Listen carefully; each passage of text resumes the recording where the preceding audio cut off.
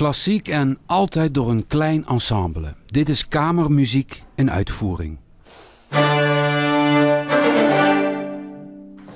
Abdij Rolduc.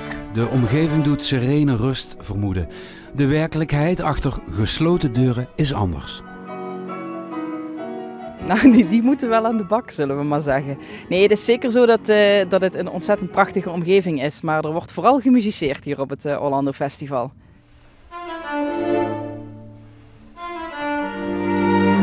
Nou ja, we zijn er inmiddels al 5 of 6 keer geweest. En het is ieder jaar weer echt iets om naar uit te kijken voor ons. De hele zomer zit altijd vol met cursussen en festivals. Maar ja, dit voelt voor ons wel echt een beetje als thuiskomen altijd. Dus we vinden het heerlijk. De eerste jaren stond het Orlando Festival eenzaam aan de top.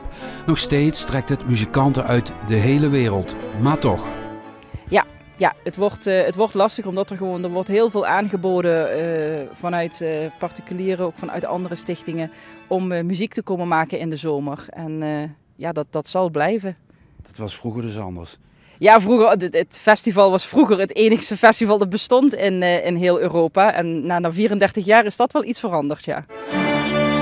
Er zijn masterclasses, wedstrijden en optredens natuurlijk. Muzikanten kunnen zich hier 10 dagen opsluiten. Binnen de dikke muren van de abdij zal de tijd stilstaan. En de boodschap blijft hetzelfde.